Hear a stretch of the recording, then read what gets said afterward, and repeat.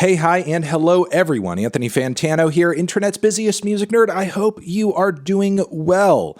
In this video today, we are talking about the one and only Aubrey Graham, aka Drake, who has some interesting stuff with him going on in the news as of late. Apparently, a bunch of his lyrics, from a book when he was much younger, like a teenager, have surfaced, came out of a dumpster, and now they're like being auctioned off and shared around the internet. So we could see this man's bar writing at like a very early stage in his artistic development, which, I mean, given that he is the most popular and successful rapper at the moment, I think is a pretty interesting thing to peer into, a bit of a look into the mind of Drizzy. We have some of those lyrics here, and I thought it would just be interesting to take a look and see what level Drake's pen game was at before the fame, before the ghostwriters, before everything. Okay, sorry to anybody who has a hard time reading these. Obviously, they're from a notebook, they're handwritten, so the penmanship may not be the most legible, but I and you will together we'll go through this and see what's being written up here. Looking at the first line, this seems to be like an early version of the song Energy, which is off of my favorite Drake project of all time, which I mean that's pretty awesome. That's pretty rare. Let's take a look. I got enemies, got a lot of enemies, got a lot of people trying to drain me of my energy. Can't say nothing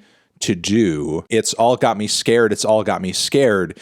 Got a lot of people trying to drain me of my energy. Does he have a phobia of having like energy drained from him?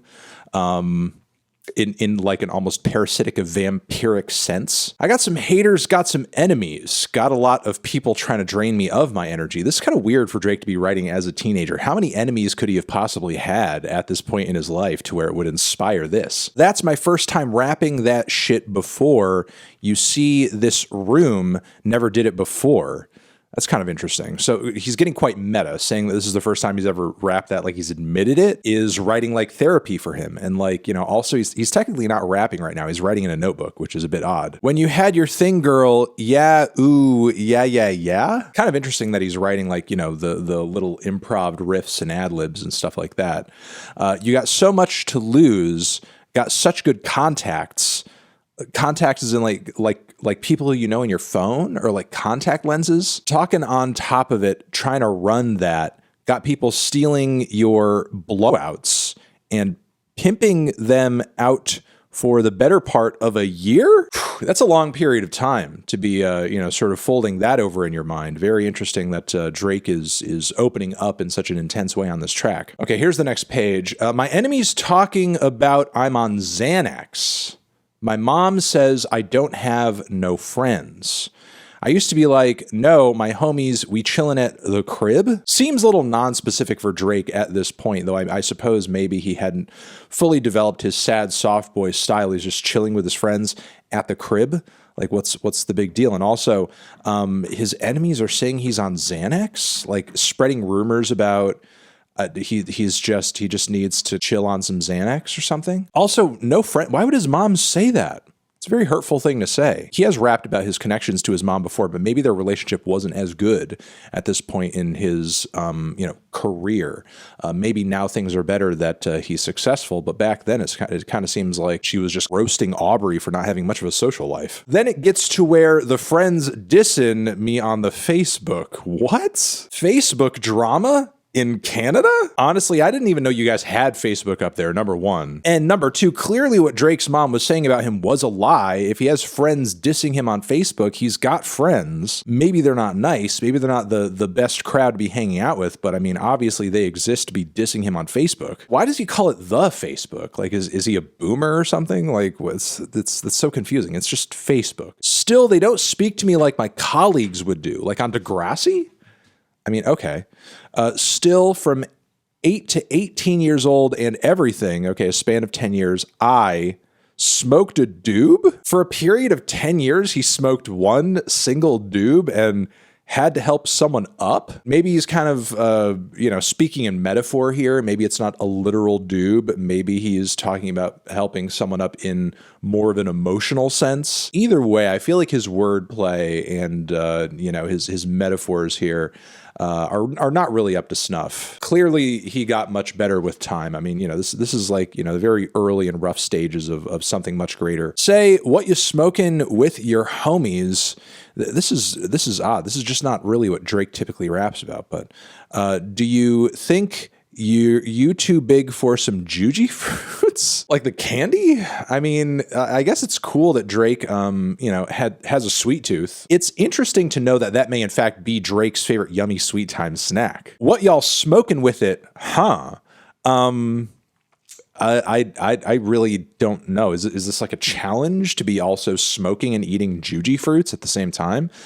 Odd, but okay, if you want, I suppose you could. But yeah, that's like an early version of that song. Interesting. Okay, here we have another track where Drake is, clearly building the beginnings of what would be a very popular kind of thematic and song series in his catalog, where, he has a certain time and then a location and the title. 4 a.m. in Canada. 4 a.m. is quite late, honestly. It's barely even night at this point. Like, at that moment, the birds are about to start chirping. The sun is going to be coming up in a matter of moments. 4 a.m. in Canada is really like the graveyard shift, honestly, as far as Canada goes. I'm walking around Toronto at 4 a.m. It's quite late to just be walking around the city with nowhere to go, nothing to do.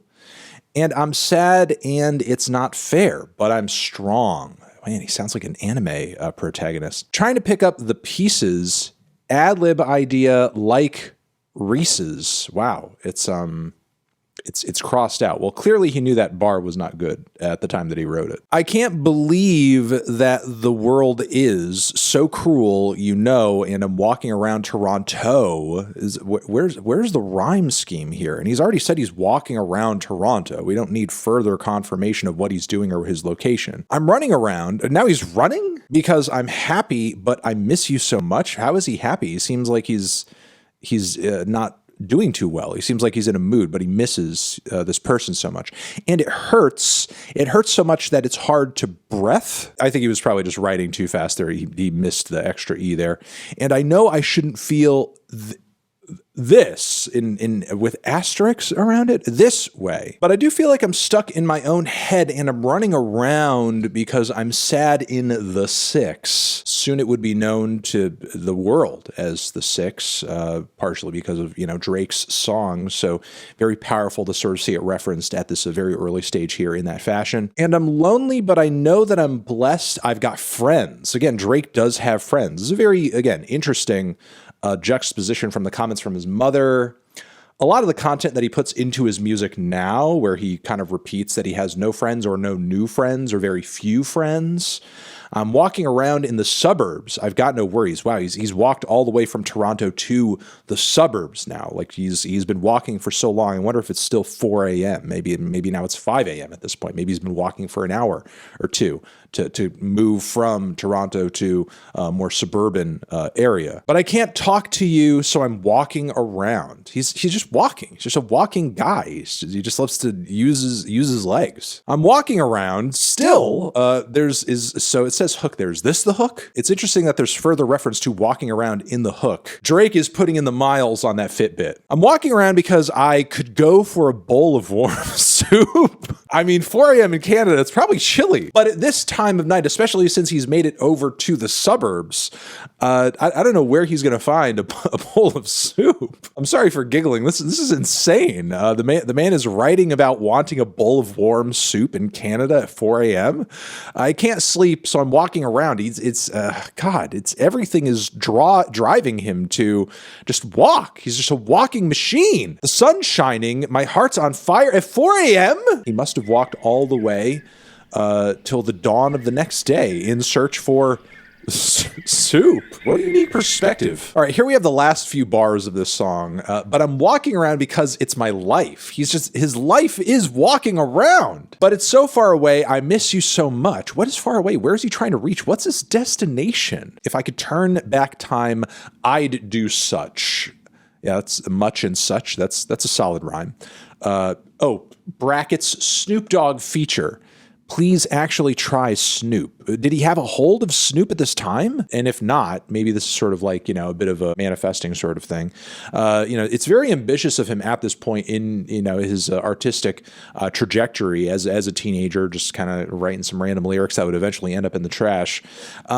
Very interesting of him to shoot for the stars and look for a Snoop Dogg feature, though this song is like very in his feels. I don't know what he thought Snoop would bring to the song particularly. Maybe Snoop could drop some bars about also walking around very early in the morning, late into the night, in his own neighborhood in search for some chili or a meatball sub. I really have no idea what Snoop's preferences are in terms of like what his favorite food is. I have no clue. I have no idea. So yeah, interesting lyrics, interesting thoughts and penmanship as well from the one and only Drizzy. Very cool that these lyrics have seen the light of day. I hope you enjoyed looking them over just as much as I have. You're the best. Thank you very much for watching. Love you. Over here next to my head is another video that you can check out. Hit that up or the link to subscribe to the channel. Anthony Fantano, Drake, lyrics forever.